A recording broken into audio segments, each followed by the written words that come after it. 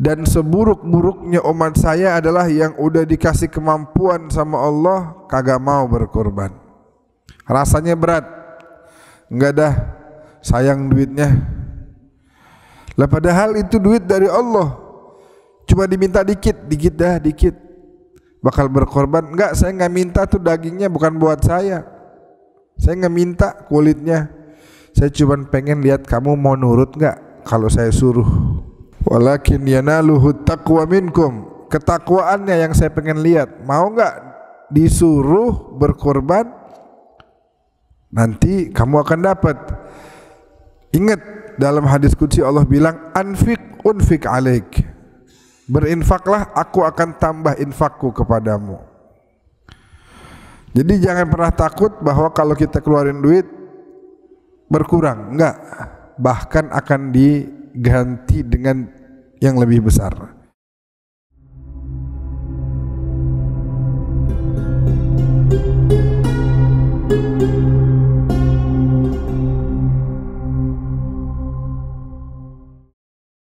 Bismillahirrahmanirrahim. Assalamualaikum warahmatullahi wabarakatuh.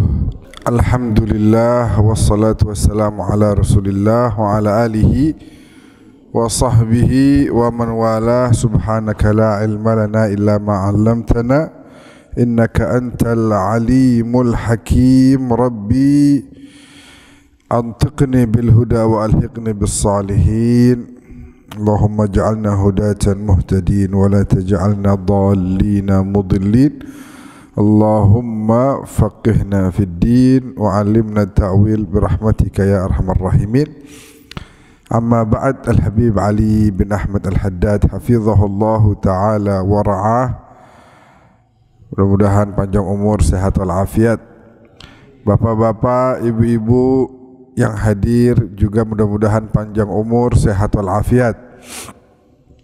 Alhamdulillah, ini hari kita masuk di tanggal 8 Zulhijjah.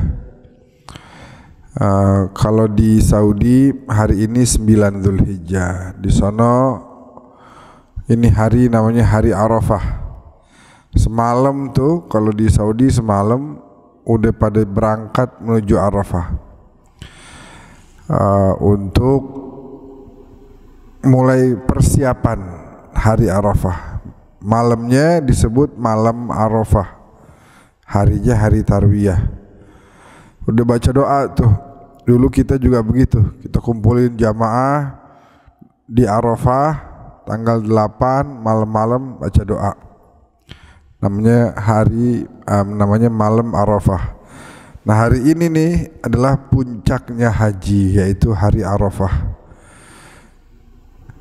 Sesungguhnya Allah telah bersumpah atas dirinya sendiri untuk mengampuni al-waqifina fi Arafah, orang-orang yang wukuf di padang Arafah. Mudah-mudahan kita semua bisa wukuf di padang Arafah, bisa ibadah haji. Yang udah haji mudah-mudahan diterima ibadah hajinya. Yang belum haji Allah berikan kemampuan, Allah kasih rezeki yang barakah, Allah kasih badan yang sehat, waktu yang makmur, sehingga bisa melaksanakan ibadah haji ke Mekah Al-Mukarramah, ziarah Nabi ke kota suci Madinah Al-Munawwarah. Amin ya rabbal alamin. Sehingga hari ini nih bagi yang mau puasa disebutnya puasa Tarwiyah karena kita tanggal 8 sekarang. Besok hari Arafah, lusa hari Senin Lebaran, begitu ya. Berbeda sehari dengan yang ada di Saudi Arabia. Nah, jadi patokannya tanggal 9 itu hari Arafah, tanggal 10 Lebaran. Seperti biasa kita akan sedikit membahas dan mengulas tentang apa amalan yang paling Allah cintai di hari Raya Idul Adha. Tentu amalan yang paling Allah cintai adalah iraqatud dam. Maka dari itu kata-kata kurban berasal dari, dalam bahasa Arab itu qaraba yaqrabu qurbanan. kurban itu tujuannya diantaranya adalah, atau yang paling utama adalah untuk mendekatkan diri. Dengan berkurban seseorang akan dekat dengan Allah Subhanahu wa taala. Dan kalau di dalam syariat Islam sebenarnya, dan itu masih ada sampai hari ini di Timur Tengah, hari raya Idul Adha itu lebih utama dari hari raya Idul Fitri. Beda halnya dengan di Indonesia, Idul Fitri lebih utama. Kadang-kadang sholatnya juga ramean Idul Fitri daripada Idul Adha. Perasaannya juga begitu, perasaannya kalau Idul Fitri Lebaran gimana, kalau Idul Adha kayak biasa aja. Beda halnya dengan kalau waktu kita di sono, berasanya Idul Adha lebih terasa hari rayanya dibanding Idul Fitri.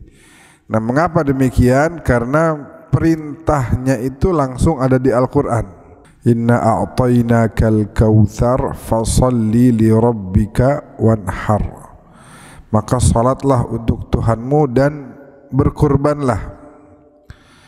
Kata-kata berkurban ini ahli tafsir mengatakan kaitannya dengan hari raya Idul Adha, yang insya Allah kita akan lalui di 2 hari yang akan datang. Sehingga sekali lagi kita akan katakan bahwa sebelum Lebaran ada satu hari namanya hari Arafah. Disebutkan bahwa syaitan itu paling terasa hinanya itu di hari Arafah, 9 Zulhijjah. Jutaan manusia kumpul di padang Arafah, curahan rahmat sebanyak-banyaknya, maka katanya syaitan itu hari itu nampak begitu lemah. Bayangin, jutaan manusia dari seluruh penduduk dunia. Walillahi 'alan nasi hajjul baiti man istata'a ilaihi sabila. Dan Allah telah mewajibkan kepada hamba-hambanya untuk melaksanakan ibadah haji. Dan itu diserukan pertama kali dari zaman Nabi Ibrahim sampai hari ini. Syiar Islam itu masih terus berlangsung dan bahkan bertambah jumlahnya. Jutaan manusia kumpul, beda budaya, beda negara, beda bahasa, tapi semua mengatakan kata-kata yang sama, labbaik Allahumma labbaik. Kami penuhi panggilanmu ya Allah, kami penuhi undanganmu ya Allah. Dan di hari Arafah tadi sempat saya katakan bahwa Allah telah berjanji untuk mengampuni orang-orang yang wukuf di padang Arafah. Makanya kalau kaitannya sama wukuf nggak bisa digantiin. Orang kalau lagi haji, katakan misalnya waktu mau lempar jumroh, sakit, nggak bisa jalan, demam, atau kakinya kram, nggak bisa berjalan, boleh digantiin. Misalnya nih kita lagi haji bareng-bareng, terus saya sakit, lemes, saya titipin batu 7 biji misalnya, itu yang per itunya 7 kan, saya titipin sama Habib Ali, tolong ini ada beberapa batu, tolong antum nanti lemparin atas nama ana gitu. Itu boleh.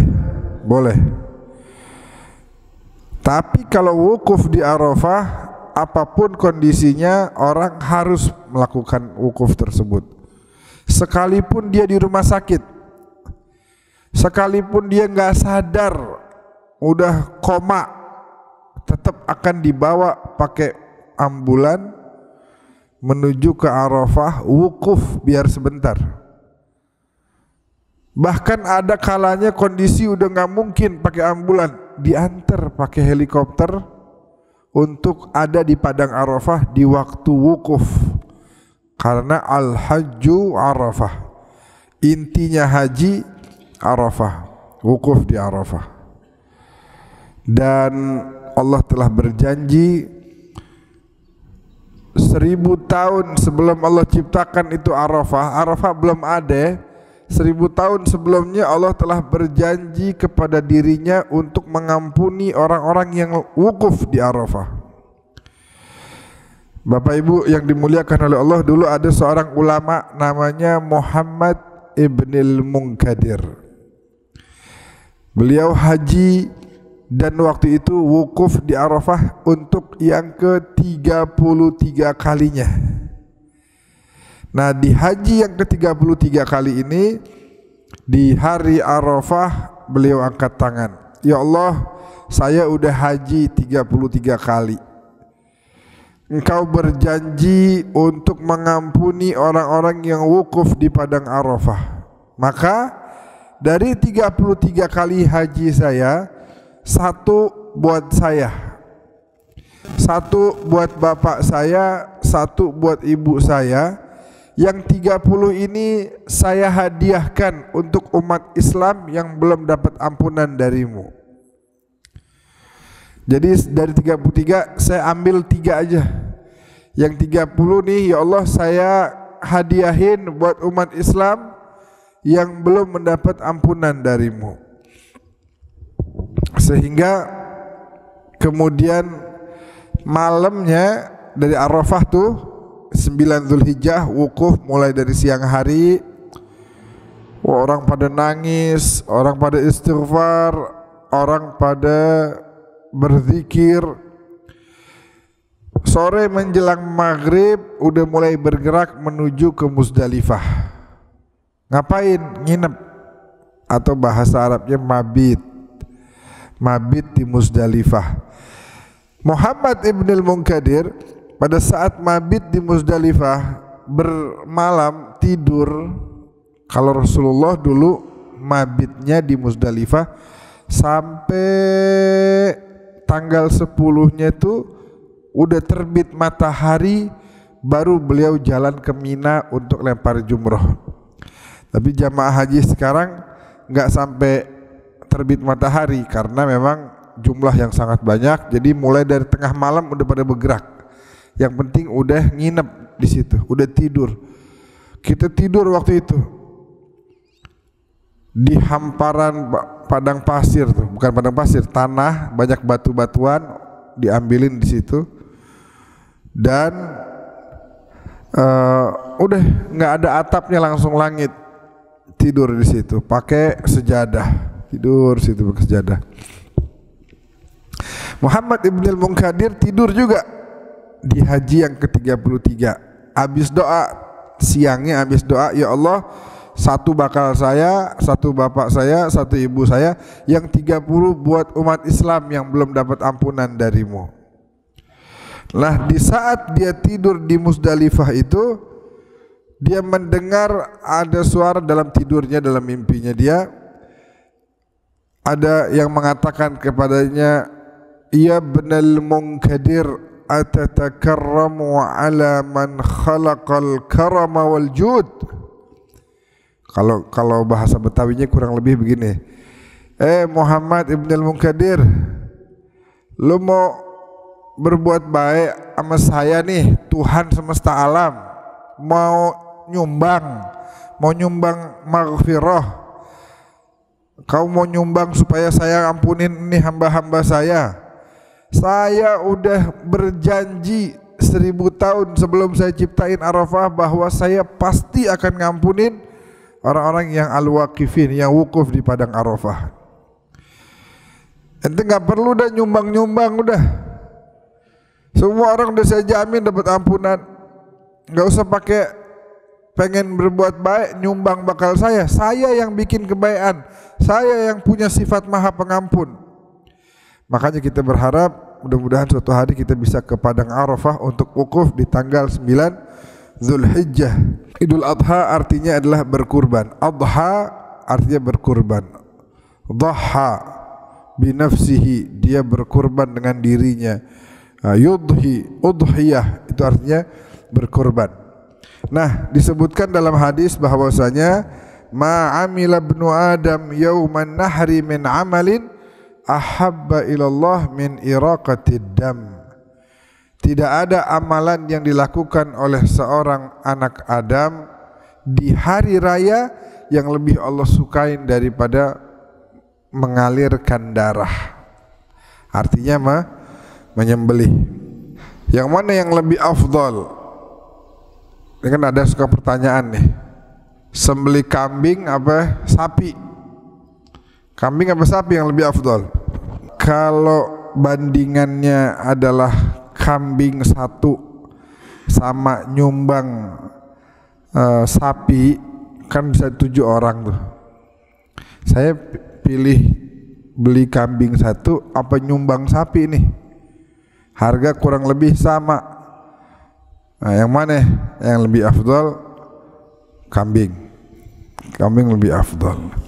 Tapi kalau sapi satu, saya beli sapi 1 biji, beli kambing 1 biji, mana yang lebih afdal?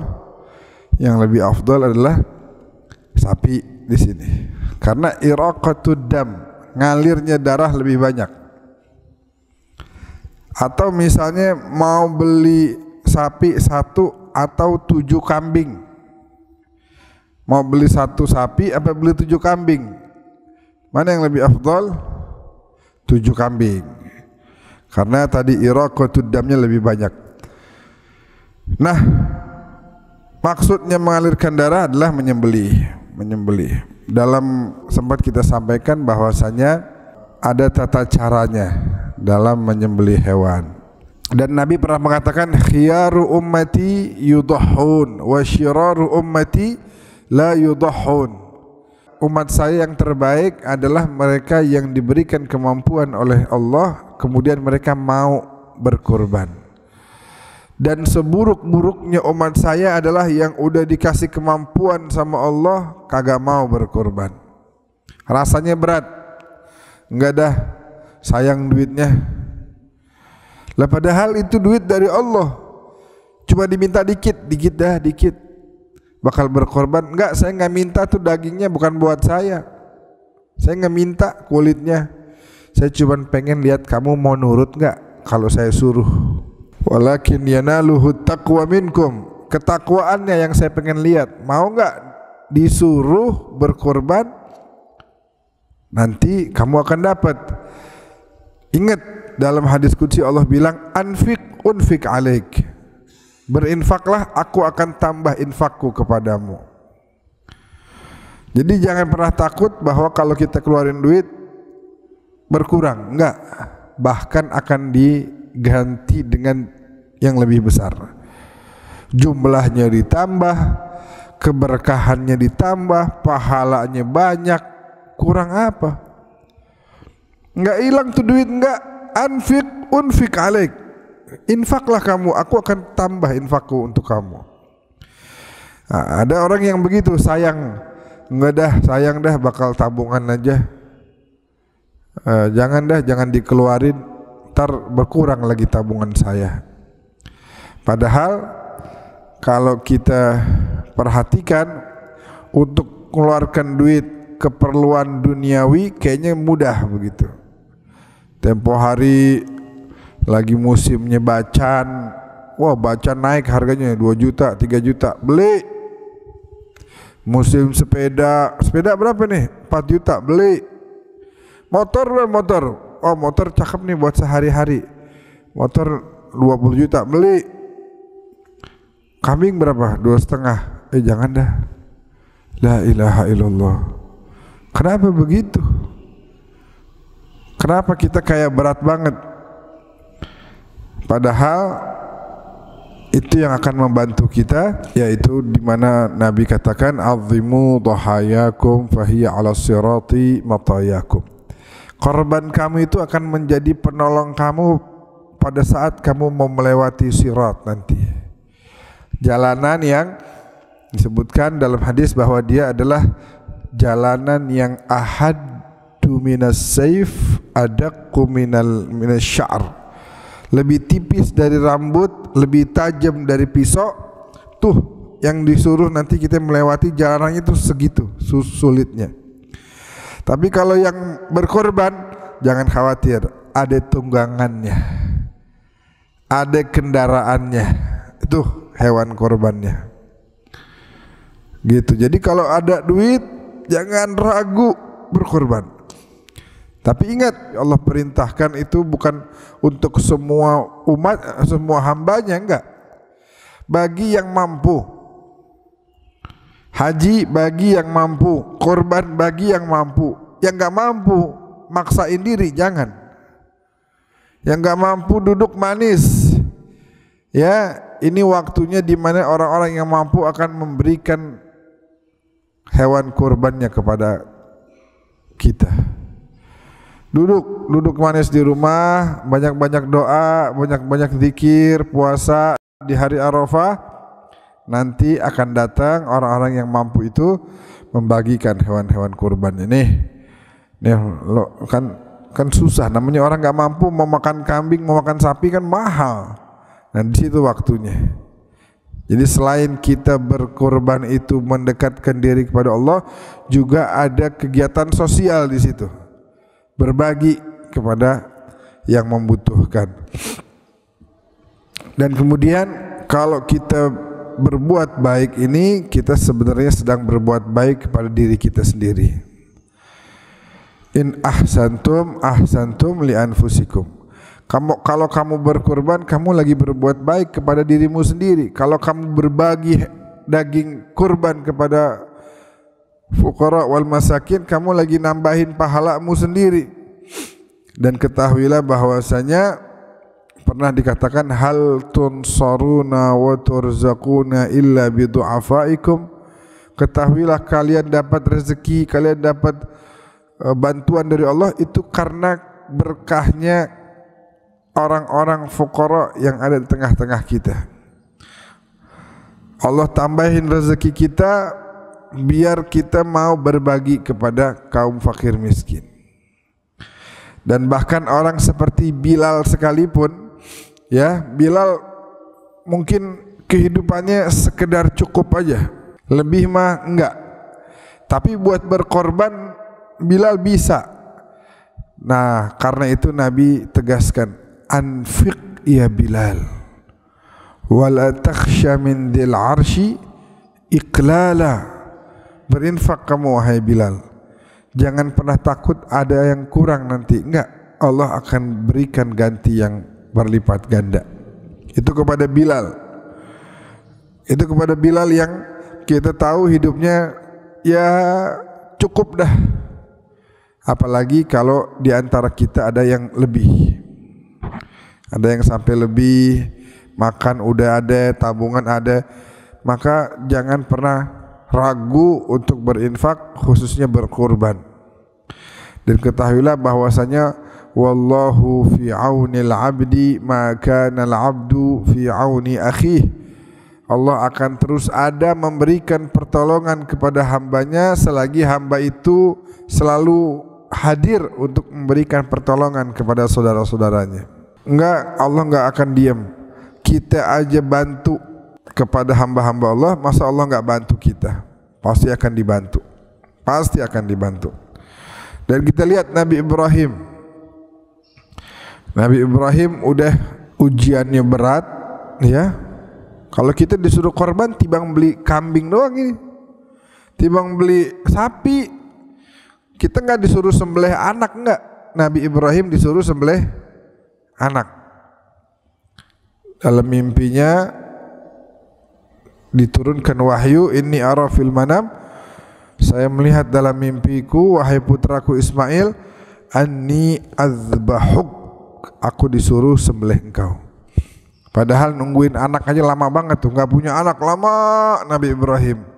Sekali punya anak suruh bawa ke biwadin ghairi dhi zara' inda baitikal muharram, ke Mekah. Taruh di Mekah bini sama anak, Siti Hajar sama Nabi Ismail masih bayi. Kata Allah, Ibrahim pulang, tinggalin anak sama binimu. Oh iya ya Allah, siap. Balik, ketemu bininya Siti Sarah, dapat anak Nabi Ishak. Udah lama balik lagi ke Mekah, kangen sama anaknya. Ini udah lama nunggunya dapat anak, begitu dapat disuruh taruh di Mekah, tinggalin, udah lama, udah remaja Nabi Ismail, ketemu lagi. Belum kelar kangen-kangenannya udah langsung disuruh sembelih. Sembelih tuh anak, sembelih, potong lehernya. Si anak Masya Allah, iya siap bapak. If'al ma tu'mar, lakukan apa yang Allah perintahkan kepadamu. Akhirnya pas mau disembelih, wa fadainahu bidzibhin azim, diganti. Nah, karena ketulusan Nabi Ibrahim, maka anaknya dikembalikan lagi kepada beliau dan digantikan menjadi kabish. Memakna kabish apa? Kambing atau lagi apa? Domba. Nah, dengan domba. Sehingga mari sama-sama kita sambut Hari Raya Idul Adha ini dengan kebahagiaan, dan ini adalah momen di mana kita berbagi kepada mereka yang membutuhkan. Mudah-mudahan seluruh amal ibadah kita diterima oleh Allah Subhanahu wa taala. Amin ya rabbal alamin. Assalamualaikum warahmatullahi wabarakatuh.